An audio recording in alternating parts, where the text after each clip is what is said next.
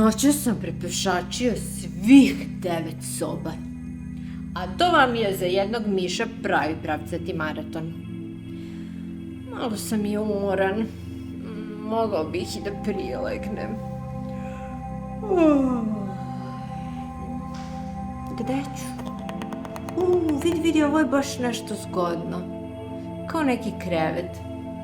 Ili kao neki čamac. Jao, vidi, evo i veselo. Zamišljaću kao da me voda Dunava još.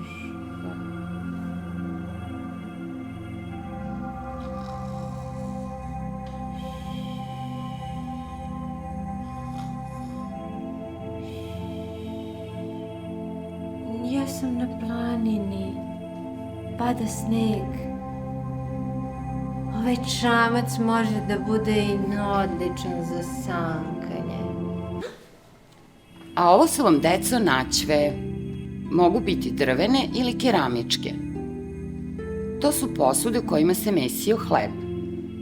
Verovali ili ne, nije se mogao svaki čas kupiti hleb u prodavnici ili pekari, nego ga je domaćica mesila, i to jednom nedeljno.